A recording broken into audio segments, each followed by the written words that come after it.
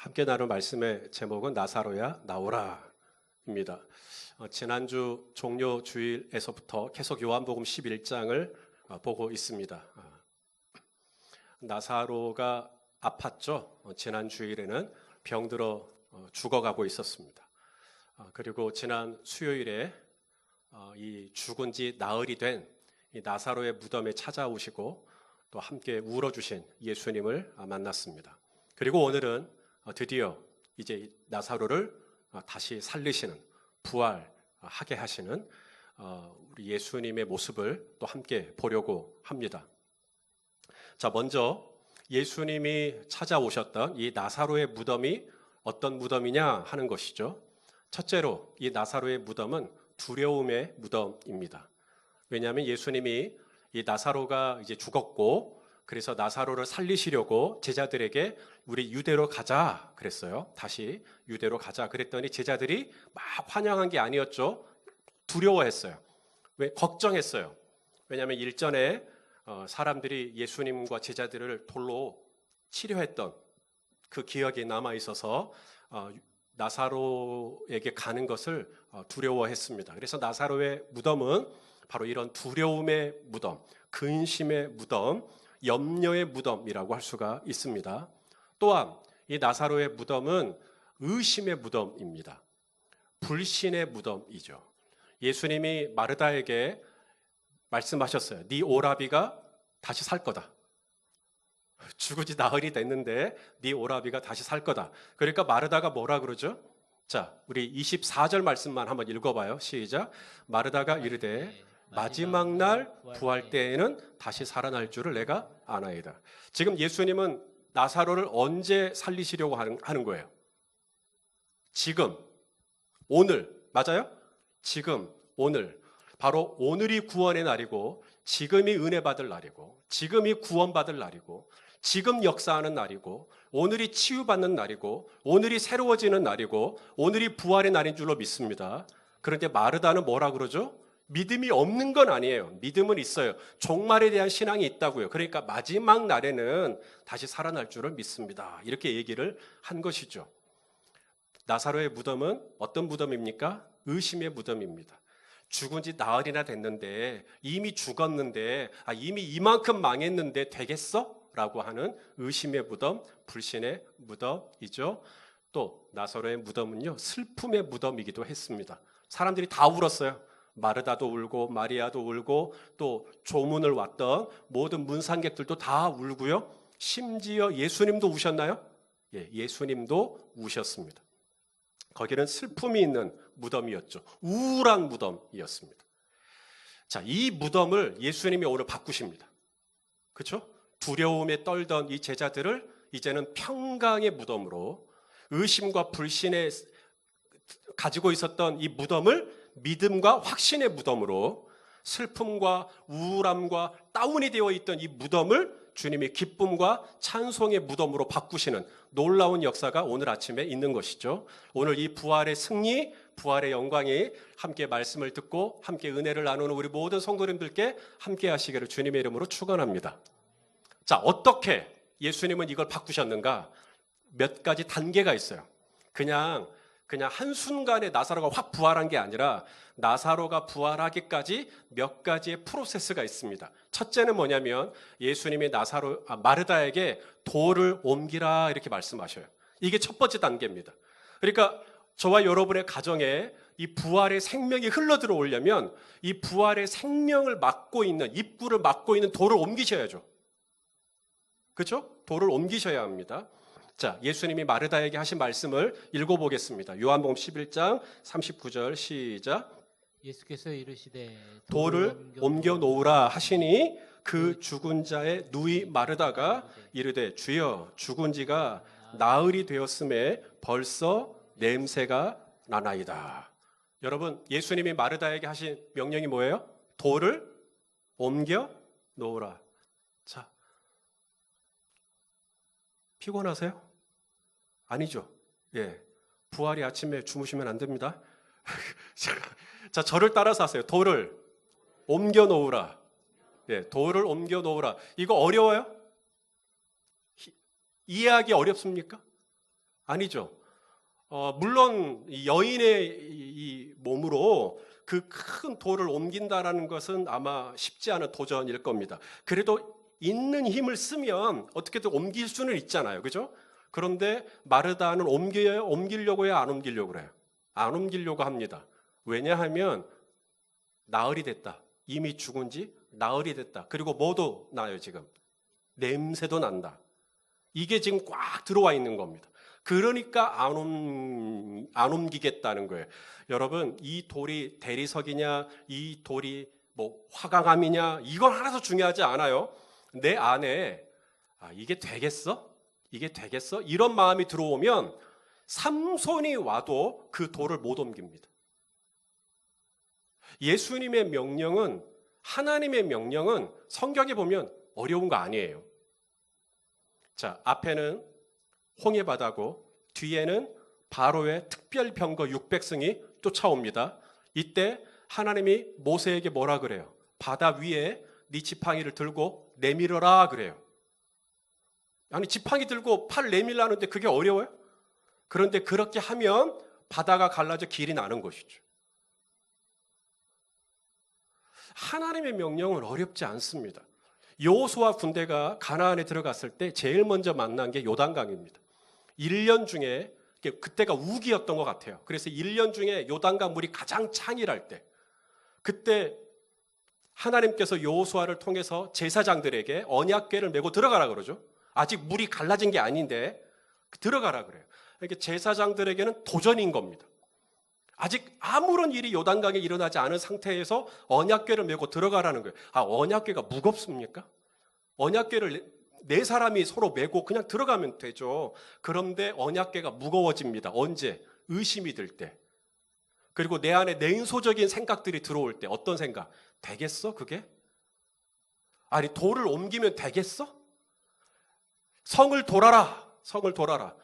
이중벽으로 되어 있는데 여리고성은 과연 이 성벽이 무너지겠어? 아니, 요단강에 이렇게 물이 많은데 이게 무슨 일이 일어나겠어?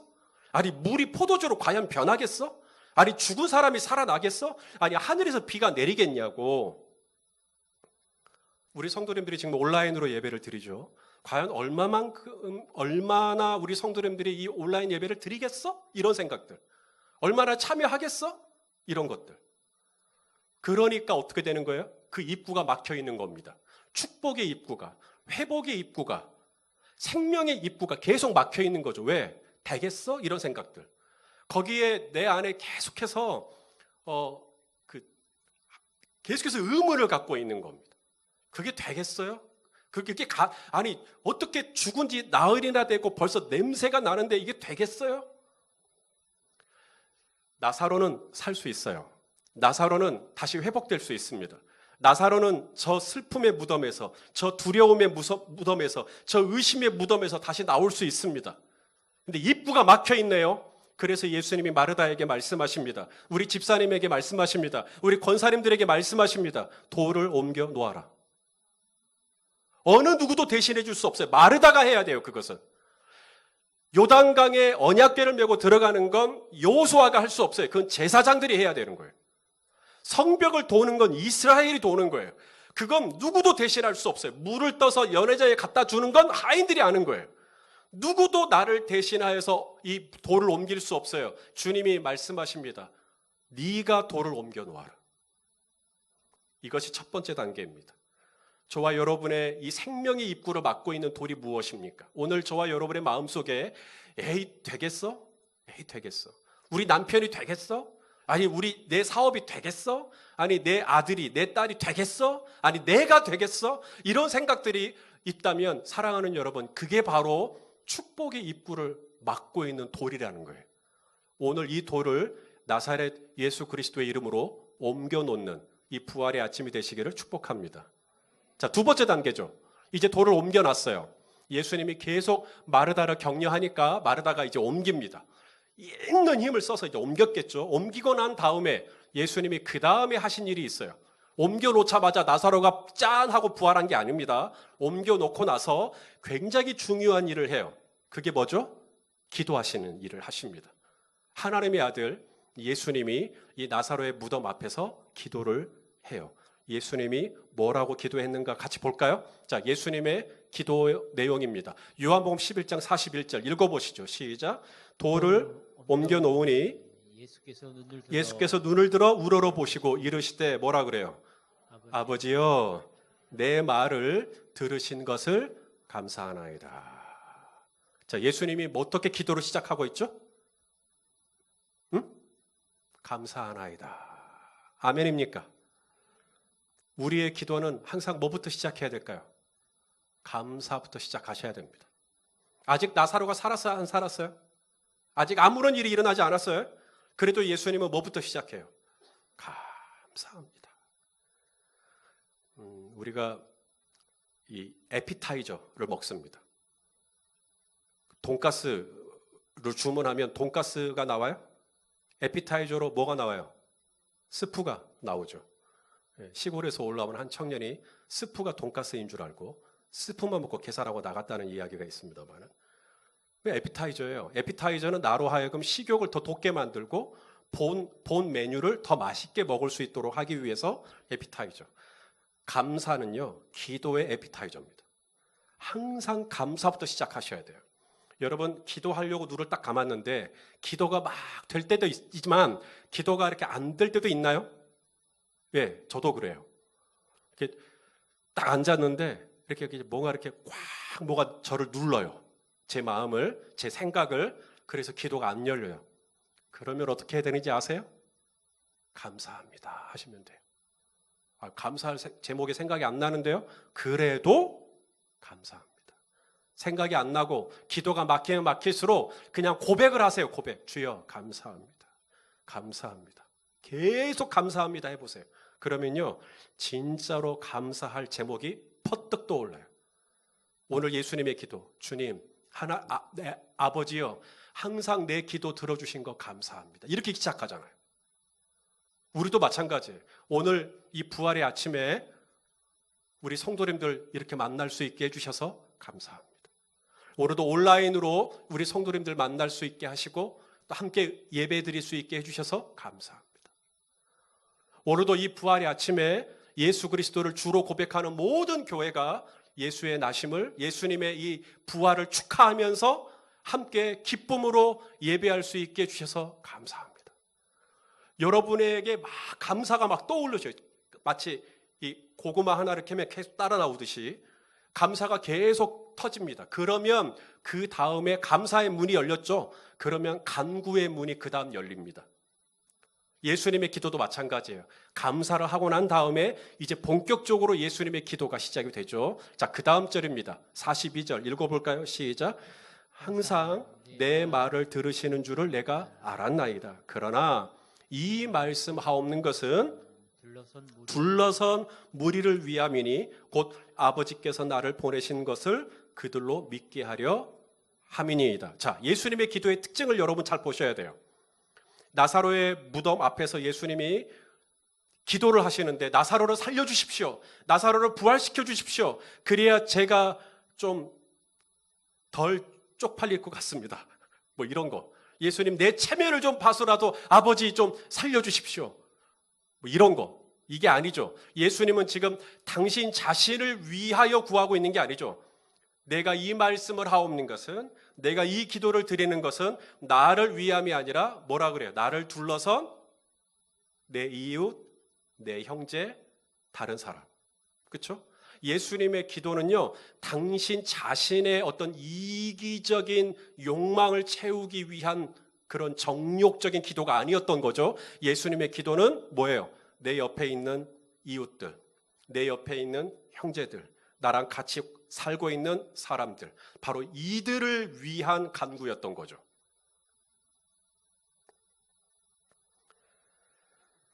지금 부활주일입니다. 우리 성도님들 얼마나 이 자리에 오셔서 이 예수님의 부활을 함께 축하하면서 기뻐하면서 예배를 드리고 싶으셨어요. 얼마나 그 마음이 그러셨을까 생각이 되어집니다. 저희 교회는 정부에서 그 7대 수칙을 줘요. 그걸 지키면 집회가 허락이 됩니다. 첫째는 발열 체크입니다. 우리 성도님도 오실 때 다 발열 체크하셨죠? 발열 체크를 합니다. 그리고 손 세정제 본당에 다 배치를 하고 그거 다 뿌리고 오셨죠?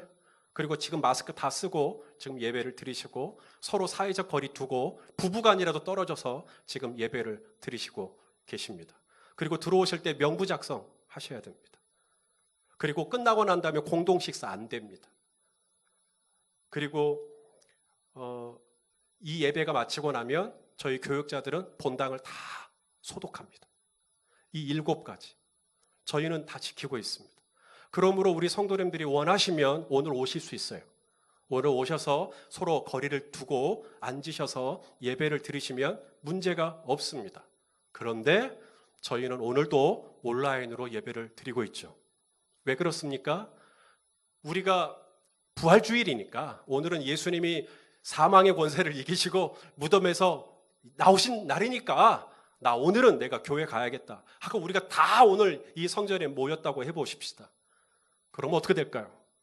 우리는 좋죠. 우리는 서로 얼굴 보고 환호하고 박수치고 엉엉 끌어안고 울 수도 있죠. 하지만 그런 우리를 바라보는 저 이웃과 저 형제들의 시선은 어떡합니까? 저 원룸에 계신 분들은 어떡합니까?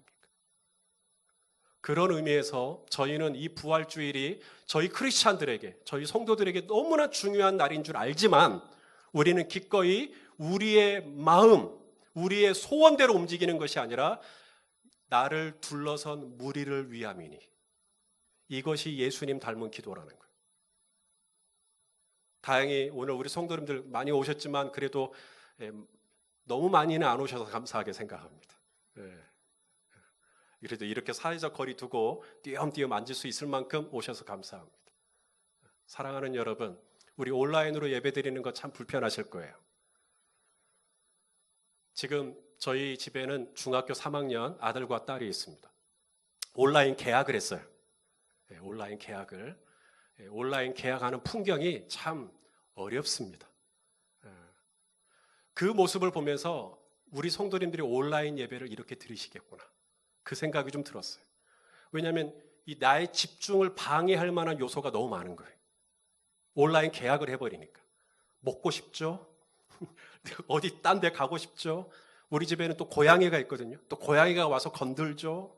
근데 나는 수업을 해야 되는데 수업을 하기가 쉽지가 않죠. 문자 오죠. 메시지 오죠. TV 보고 싶죠. 자고 싶죠. 엎드리고 싶죠. 온라인 예배를 참여하는 우리 성도님들 참 쉽지 않겠다 생각이 되어집니다. 그럼에도 우리는 당분간 정부에서 이제 괜찮습니다라고 말씀하실 때까지는 우리는 계속 이렇게 예배를 드릴 거예요. 왜요? 우리를 위해서가 아니라 이 교회를 둘러선 무리를 위하여 우리가 함께 이 불편을 감수하는 것이죠. 예수님께서 이 나사로의 부활을 어떻게 끄집어내셨는가? 첫째는 돌을 옮겨 놓아라. 그리고 둘째는 바로 이웃을 위하여, 형제를 위하여 간구하시는 것이죠. 주님, 아버지, 내 기도 들으시는 것, 내 기도 지금 듣고 계시죠? 이 나를 둘러선 이 무리들을 위해서 아버지 역사하여 주십시오. 라고 기도를 하고 계시는 것이죠. 저와 여러분의 기도가 늘 그렇게 이웃과 그리고 사회 그리고 이 지금 교회를 주목하고 있는 이 수많은 사람들을 향하여서 바로 생명과 평강을 전해주는 그런 교회가 될 수 있기를 소망합니다. 마지막입니다. 이제 예수님이 기도를 마치시고 이제 저 두려움의 무덤 속에 의심과 불신의 무덤 속에 슬픔과 우울과 짜증과 원망의 무덤 속에 갇혀있는 나사로에게 이제 명령하시죠? 뭐라 그래요? 오늘 말씀의 제목입니다. 나사로야 나오라 라고 말씀하십니다. 그러니까 나사로가 어떻게 됐죠? 걸어 나옵니다. 자, 오늘 본문 말씀 우리 43절 44절 읽어보겠습니다. 시작. 이 말씀을 하시고 큰 소리로 나사로야 나오라 부르시니 죽은 자가 수족을 배로 동인 채로 나오는데 그 얼굴은 수건에 쌓였더라. 예수께서 이르시되 풀어놓아 다니게 하라 하시니라. 할렐루야. 자, 여러분, 나사로는 분명 죽었어요? 기절했어요? 죽었죠? 죽은 지 며칠이나 됐어요? 나흘. 그리고 뭐가 났어요? 냄새. 어떤 냄새? 두려움의 냄새, 의심의 냄새, 불신의 냄새, 원망과 짜증의 냄새, 당신이 여기 계셨더라면, 그렇죠? 당신이 그때 그것만 안 했더라면, 이런 냄새, 서로를 탓하는 냄새, 서로를 원망하는 냄새, 슬픈 냄새, 우울한 냄새, 다운이 되는 냄새, 온갖 그런 악취들이 이 무덤에서 나고 있었어요. 그런데 예수님이 말씀하시죠. 나사로야, 거기 있지 마! 거기 있지 말고 나와! 라고 말씀하시는 것이죠. 그러자 수족을 배로 동인 채로 온갖 부정적인 것들이 가득 찬 이 채로 그냥 걸어 나와 버리는 거예요. 할렐루야! 여러분, 나사로가 어떻게 나오죠? 나사로가 어떻게 나올 수가 있죠? 바로 나사로 본인에게 하나님의 아들이 말씀하시죠. 나와! 나와! 라고 하시니까 나사로가 나오죠. 나사로는요, 예수님의 음성을 들은 거예요. 나에게 말씀하시는 예수님의 음성을 들은 거죠. 나에게 나오라고 말씀하시는 하나님의 아들의 음성을 들어버린 것입니다. 그러니까 더 이상 그 슬픔 속에, 그 의심 속에, 그 불신 속에, 그 두려움 속에, 그 근심 속에 갇혀 있지 않아도 되는 거예요. 왜냐하면 나에게 손 목사 너 나와! 라고 말씀하셨기 때문에 그 음성을 듣는 순간 그렇게 슬프고 우울하고 다운되고 의심이 들고 불신이 들고 짜증이 나고 아이 되겠어 막 이런 마음이 들다가도 희선아 나오라 말씀하시니까 나에게 들려주시는 음성, 나에게 명령하시는 음성, 나에게 하시는 말씀이 내 안에 딱 들려오니까 그 우울했던 얼굴이 환한 웃음으로, 그 두려웠던 얼굴이 확신의 얼굴로, 그 부정적인 얼굴이 긍정적인 얼굴로, 할렐루야! 그 기적이 어떻게 나는 거예요? 하나님의 아들의 음성. 근데 그 음성은 나에게 말씀하시는 하나님의 음성으로 들어야 돼요. 바로 나에게. 자, 말씀을 통해 확인하겠습니다. 요한복음 5장 25절. 여러분 계신 곳에서 큰 소리로 읽어주세요. 시작. 진실로 진실로 너희에게 이르노니 죽은 자들이, 분명히 죽은 자입니다. 죽은 자들이 하나님의 아들의 음성을 들을 때가 오나니, 곧 언제 들으셔야 돼요? 마지막 날? 내일 들으실래요? 한 일주일 뒤에나 할래요? 물론 다이어트는 항상 내일입니다만은 하나님의 아들의 음성을 듣는 건 항상 이때여야 됩니다. 지금 들으셔야 돼요. 나에게 주시는 음성. 그 음성, 죽은 자들이 하나님의 아들의 음성을 지금 들으면 무슨 일이 일어난다는 거예요? 예? 듣는 자는 살아나리라. 할렐루야! 듣는 자는 나사로야! 김집사야! 박집사야! 최집사야! 이집사야! 주님이 나에게 말씀하시는 음성을 듣는 자는 살아나리라. 그래서 솔로몬은 이 나에게 주시는 이 나사로야 일어나, 나사로야 나와 라고 하시는 나에게 주시는 음성을 듣기 위해서 솔로몬은 이렇게 하라고 말씀합니다. 자, 잠언 8장 34절이에요. 읽어보시죠. 시작.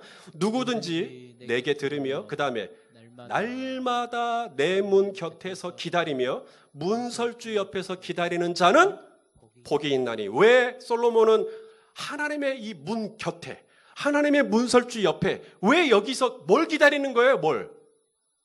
나사로야 나와 라고 말씀하시는, 김집사야 나와 라고 말씀하시는 나에게 주시는 하나님의 말씀을 들으려고 어디 곁에 있어요? 문 곁에.